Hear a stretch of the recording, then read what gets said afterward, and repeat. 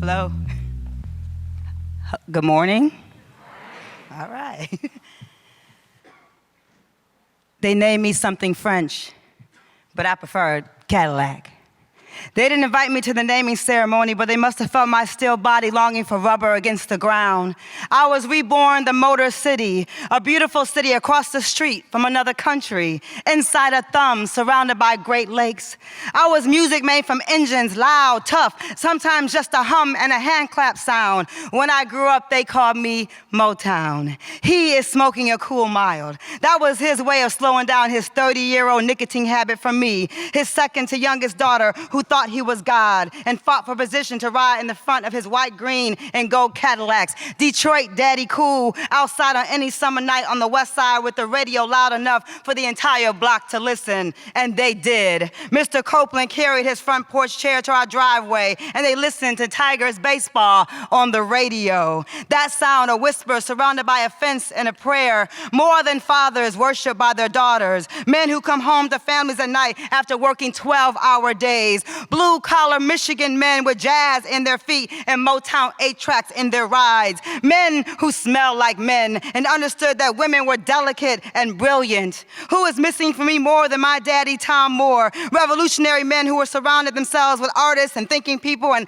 protesting was cool. Plum Street businessmen, George A.G. ran the Mystic Room and were birthing artists who would paint the city the bright way he saw it. John Sinclair, who incited riots and moved people with poems and personal transformation, sometimes without a flash. Lenny Arm documented the action movement, Raw, MC5, Rolling Stones, Papa Was, men who made smoking cool before there ever was a commercial campaign or cancer or non-smoking bars. 1968 men, hollering out their hearts to hide their future children from Reagan's 80s invasion. Men who knew music was power and dancing slow was an act of love. Men on the line of assembly, Coleman A. Young men fighting to desegregate fire and police departments. Curses were like poetry when they decided to fire back. Politics were the people's conscience, and Marvin Gaye was our battle crier. We know work. It is our witchcraft, our bloodline gift, our deep south anxiety attack, our dream of something greater for the ones that come later. The men who look like daddies even when they weren't. Dive hat gangsters against a snakeskin shoe. Sunday best men, Saturday all night men, straight back men with pride, organized and frontline union workers, men making women touch their hats and adjust their slips as they pass. Construction workers with steel-toed boots and brown bag lunches. Men we missed the corner we used to safely stand on to hear the good gossip, the heavy-fisted hand, the blue-black Detroit River of palms that carry fish to the car, then to the crib. That's what we call it still. In Islam, they say, the poets have angels waiting at the streetlight, determining the traffic. This is how we find a way to eat, to smile, brush cutting through indifference, spray painting pink lips with a blue collar edge, running with reckless abandon. We are hiding inside the intangible beauty of rubble and rebellion, of potholes and 24-hour conies. We underground railroad survivors with no union station downtown. What do these artists say in a time of war? Nobody heard a bomb drop in Detroit? Who's pushing the buttons and spiking the tea? We need more wordplay and cane sugar, spray paint and pulled canvas to make the skyline grow. What do we have left if not poems? How many times would I have died if I could not articulate my own existence? What else better to feed our babies than paint, coughing out the muffler smoke and running for safety from the aged meat and what's left of a city grocery store? We have man-made farms all over our city. This is not Charles Dickens. This is Octavia Butler, and we are the chosen. Eastern market shoppers and young urban gardeners for hire, because the art is never in the artist. It is in the people who inspire the artist's work. So don't write eulogies for Detroit. No uninspired folk song of gloom. Some of us are coming home to show the world how we make the planet move. Thank you.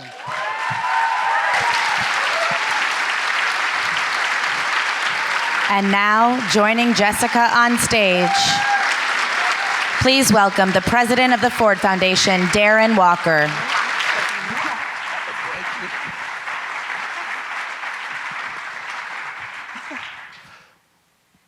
Good morning. There's that. So my friend Jessica, what we just witnessed is why civilizations need artists. Absolutely. And why cities desperately need artists. Absolutely. So you, in many ways, have become this ambassador for the creative spirit, the ingenuity and creative innovation in this city.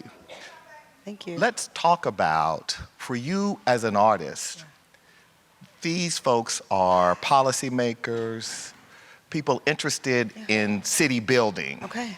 What's the role of the artist in the idea of city building? Oh, you can't build a city without artists. If you want a city to be talked about on a global stage, then you need people like me, artists, who paint, who draw, who write, who come from cities that they're very proud of, to represent when they go to South Africa, when they go to London and Paris. When I lived in New York for a very long time, I often had to correct New Yorkers, promoters saying this New York poet. And it was very special that I had to say, no, I'm a Detroit poet. I'm from Detroit. And I'm from Detroit became like a mantra for me because I realized being from Detroit was a specific thing. I'm a different kind of artist than a New York artist or an LA or a San Francisco-based artist. And my stories are very relevant to the people in the community that are based here. And so as we develop, as we talked about earlier, you know, in the green room about developing these new cities and revitalizing cities, if you do it without the artists who actually represent the heartbeat, the soul of the city, then you do a disservice to the city. Well, and we often think about the infrastructure for city building, the infrastructure for revitalization. Exactly. You know, when I lived and worked in Harlem in the 90s, we used to always say that if Lenox Avenue becomes Columbus Avenue, then Harlem isn't Harlem. It's gone. And I had an experience recently where my partner and I went up to Red Rooster for an event, and my partner, who is white, I said, you got to come uptown to Harlem with me to this. So we go to the event, and we walk in, and he looks at me and he says, all the people here are white. Why did you bring me to Harlem to go to a party with white people? Oh, wow. And of course, this is from a man from Chappaqua who was like, with blonde hair and blue eyes, and he's saying this to me. But part of it was he was saying, if this place loses its uniqueness, the reason it's special, just like Detroit. How do we think about ensuring that Detroit continues to evolve as it should and must? Right. New people must come to Detroit. The city will be better as a result of that. But the indigenous, the incumbent creative people here, how are you being supported? And how do we ensure that you don't get lost and your voice and your creativity isn't subordinated to some larger homogenized idea of what a city ought to be? Well, it's absolutely a fight. Let me just be clear. The reason I fight and that I'm owning here, so I'm buying a house. And that's the only way we fight because it's about land. And if you don't own, then you can't fight. And so I learned that just from my community coming up in a very strong black owner community. I grew up on a block full of black homeowners. That's what I grew up around. Black politicians, black city council people, black teachers. I had that in my body my whole life. That's because I'm from Detroit, though. This is not everywhere. So places like San Francisco, I don't know, you know. So it's, you know, it's a conversation. I know I'm doing it as a part of being self-sufficient and investing in myself as an artist and investing in the city that I live in. The infrastructure of the city does not support what I do. They support me with claps. They don't support me with paychecks. And so there has to be a way. Well, and isn't that, not to cut y'all, but this is also something that we do, we meaning people like big foundation people. Absolutely. Is that we think that artists should be able to live off of the fumes in the air or something. I mean, Wouldn't that be nice? when we are perfectly comfortable paying consultants crazy amounts of money to do work for the foundation. Exactly. But artists, we expect to show up for free. I don't do that. Good for you. So, good for you. I'm getting paid to be here. Thank you. Thank you, CityLab. I'm getting a check. And so, but we must. I have a 12-year-old son, but I take care of not just my children. I also take care of a lot of Detroit public school children. I'm inside of schools in DPS. And so I do the work on the ground here in Detroit to make sure students here know that the world belongs to them too. And so I've been blessed in that I've traveled all over the world. And Detroit is a beautiful base for me, but I don't have to be here. But I do stay here because it's important. What is it about Detroit that keeps you as an an artist, because I've seen you. I mean, you're in Africa, you're in Europe, you're in Asia, but you always talk about Detroit and coming home. What is it about this city? This city made me. I mean, my work is grounded. I'm right. Actually, Knight Foundation supported a piece called Salt City. I'm writing about Detroit in 2071 because I wanted, in my imagination, to see Detroit in the future, because we talk so much about the right now, and the right now conversation becomes depressing because it's the people being pushed out and the new coming in. And I said, well, let's talk about 2071. Let's get out of right now, because I want to see myself in the future, and there's a lot of black girls that need to see themselves in the future. So I wrote a techno ballet. Jeff Mills has come on board to musical consult, which is amazing. Kukadogo's directing. It's an amazing, beautiful piece, and it opened in June of 2019. But I'm just here writing about the future of Detroit, and being here, it's a quiet city. People think about Detroit, they think it's loud, they think it's dangerous. It's actually a quiet place during the day. So it's a good place for me as a writer to write. So it's a good hub. My family is here, which is the main reason I'm here, because my mother is here. But I miss the East Coast, but I'm there. I was just in New York yesterday. And so, the planes work here, and Delta's a good hub. I wish Delta would support, I wish Delta would sponsor, like something, because they don't sponsor and they're our hub. I wish they would sponsor like traveling artists to leaving Detroit. I live in the Dangon airport. And so I'm here because there's no place like it. I'm here because it's not New York. As much as I love Brooklyn and Harlem, this is Detroit. And we have our own special history. And every artist has to come through here. If Detroit doesn't love you as an artist, then you're not doing something right. And so it's a good place for me to sharpen my iron, to know that I'm doing something, that my work is on par and high as it needs to be. And the bar to me is here. So let's talk about that. Support for artists. Yeah. Often in cities like in New York, there's a Bureau of Cultural Affairs that gives individual artist grants. You're in an environment where, as a creative, you are enabled in ways because you're just in such an environment. What I often hear from people who are not on the East or West Coast is, well, we don't have the infrastructure in my town, or we don't have the support. I'm not supported as an artist. What does that infrastructure look like? Does that infrastructure need to be a kind of a Bureau of Cultural Affairs? Absolutely, Darren. What is that? Yeah, like we should start it now. And this is something that I actually have talked to Mayor Duggan about directly. I said, we need a Bureau of Cultural Affairs. Like, we need a board. If I'm not on it, then it doesn't exist yet. Let me just say that. And so maybe there's something entitled that's happening, but at the real deal, we need something that's set up board-wise that looks to get money to support artists like me to sustain our lives here. So I can say, I live in Detroit because this is the city that sustains me as an artist, not just in my spirit, not just in my imagination, but this is the place that pays me the best so that I can live here, so I can afford the overpriced rent that I'm paying in Corktown, right? Because I live in one of the most expensive neighborhoods in Detroit. I don't live on the far west side or the east side. I live right in Corktown. I've lived in Woodbridge before that. So anyone who knows Detroit knows those are very expensive neighborhoods, and they've gotten more expensive. And that's one of the really exciting things, right? So on the one hand, I was celebrating the announcement by Ford Motor Company of the transformation of my favorite building in all of Detroit, the train station. Our station. It is an amazing station. It was designed by the same designer and architect who did Grand Central Station. I've been inside it. It is as beautiful as Grand Central Station. Of course, it's completely been disinvested in and atrophied. But Corktown is going to be transformed. It is. It is. And how do we think about ensuring that we get out of this binary of progress means gentrification and bad things to people?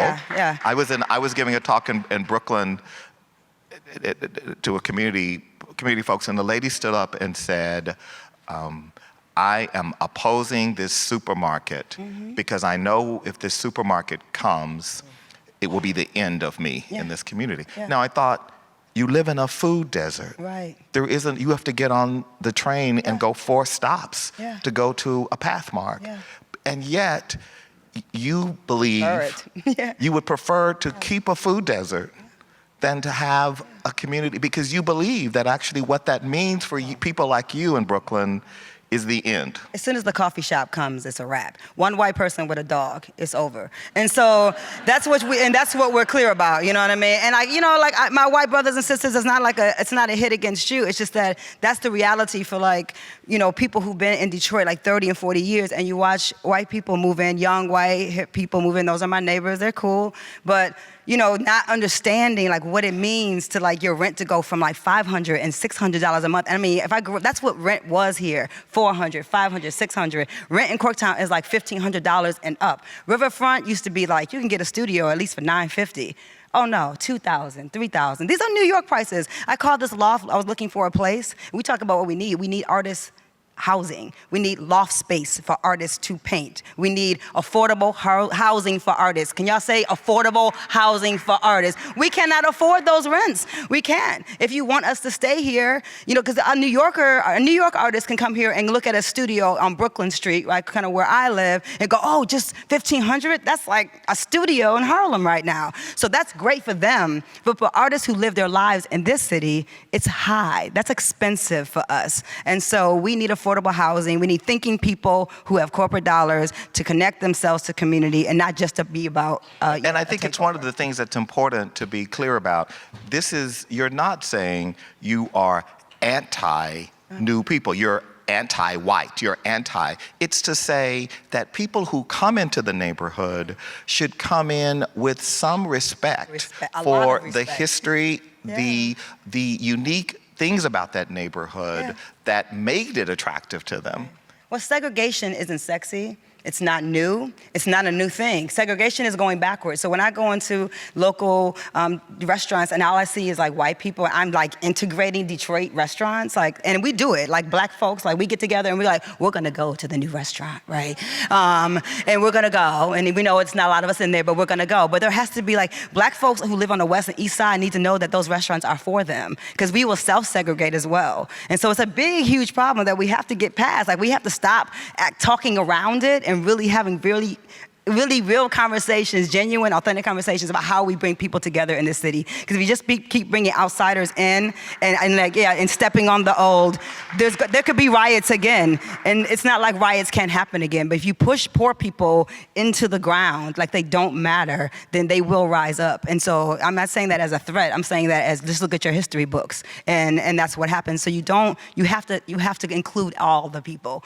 I remember I have this poem, "Where Are the People?" and it's about my frustration. With my son, we got a pizza from Jolly Pumpkin, and it had pepperoni on it, and we don't eat pepperoni. So we literally drove around up and down Cass Avenue, which used to be called the Cass Corridor, which I'm sure all of you have been told is called Midtown. And so in the new area that's called Midtown, we're driving up and down Cass, trying to find a person to give a pepperoni pizza to.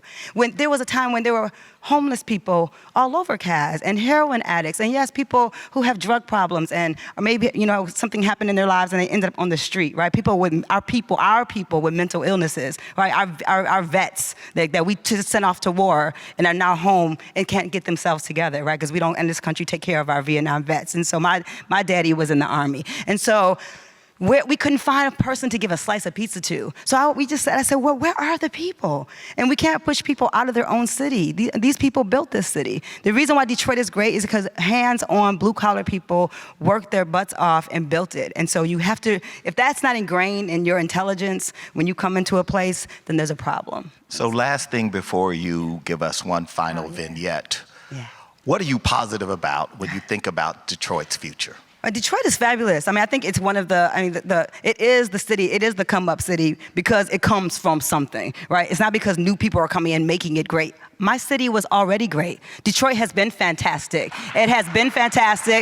It has birthed the best music in the world, from techno to Motown to hip hop. Jay Dilla is a god all over the world. Jeff Mills and Mike Banks and Derek May are gods. I am a goddess. So we understand the black excellence and the excellence. Shout out to Jack White and the White Stripes. Like, we brought rock and roll legends. Like, we know the value of who we are. And so it's just about the city, our city in particular, stepping up and walking in that and celebrating that so the world will know. The stage is yours.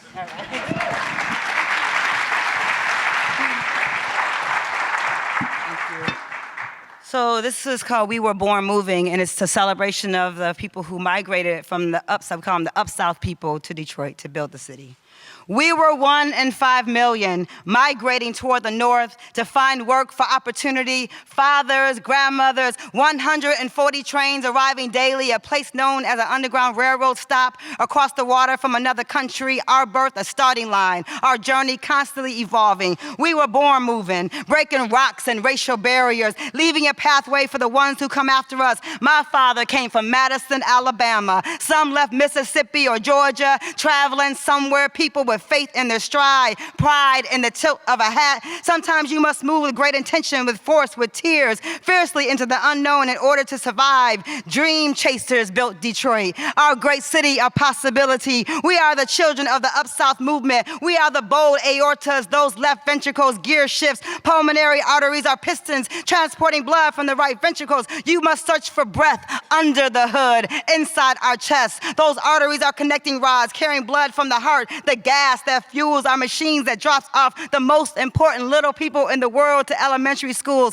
at 8 a.m. every morning. Imagine the body of a car as a body of a people, painted with thousands of extraordinary colors, mufflers as lungs, pushing in and breathing out the beauty of innovation, the complexity of history, the necessity of technology, and the simplicity of that road trip you keep dreaming about. Our bones, an assembly line of interchangeable parts. Our legs fought against segregation. Our arms reached for jobs at Ford Motor Company in 1919, a metropolis of ideas. Our minds, the workstations of the future. How we get there and who we bring along for the ride will be the marker for how history defines us. Everyone can't fit in the passenger seat. Some of our families are larger than a sport utility vehicle. Our aunties need a ride to work. We've adopted a few other children who must stand in the cold to take the bus or walk to school in these cold winters in America. Humanity is not just oil. It is blood. It is the Amazon thrust of traveling stories, speeding at 200 revolutions per minute. We, the economy of black gold survivors, a highway of stars shine bright as our rims. An expressway motor city of tomorrow could include making room for bikes and carpool lanes, or an express train that can get citizens across our glove with ease. We are the hope and the heartbreak. A fast car with no brakes. We are the old school Cutlass, the Cadillac, the Focus. We are the prom date and the first kiss. We are our ancestors' wildest wish. We were born moving. Mobility is the ability for Aretha Franklin to reach that soul note, and Smokey Robinson to rearrange our tears, to know our city is built on love and Project Window Wondermen and Supreme Women, the Holy Ghost of Alice Coltrane's harp, the power of Marion Hayden's hands flying down her bass. Follow that sound on your favorite satellite station. Move closer to what really matters to you when you pull out the driveway in the morning. Press down on the pedal, put the top down, expand your ideas past 7 Mile. Put the joy back in Joy Road, my Detroit block that included libraries and schools and walking distance. Our global city created the first highway. There's no reason we can't create a safer way for our families to travel on top of them. Who else to design the transportation of the future than the most resilient workers on the planet? The rewiring of humanity needs humans, requires delicate components that connect people with luxury and dreams, the way immigrants and migrations and sweat created our automobile empires. Transportation should never be a reason students can't get to school or stay late to play on a sports team because the bus line isn't safe and mom works 2 jobs. If we could imagine a car that can fly past all our great expectations, then we can imagine a world where race is only about cars. Detroit is the starting line of the world's imagination, but it's not about how you start the race or the sacrifices you made to build your life in peace. It's how you found a way to push victoriously to that finish line. And while crossing over that white line, you consider the value of a speech about a mountaintop, an engine as a heart, mobility as a right, like breath, like water, like freedom. We only get there when every piece is moving together. Thank you, CityLab. Thank you for having me.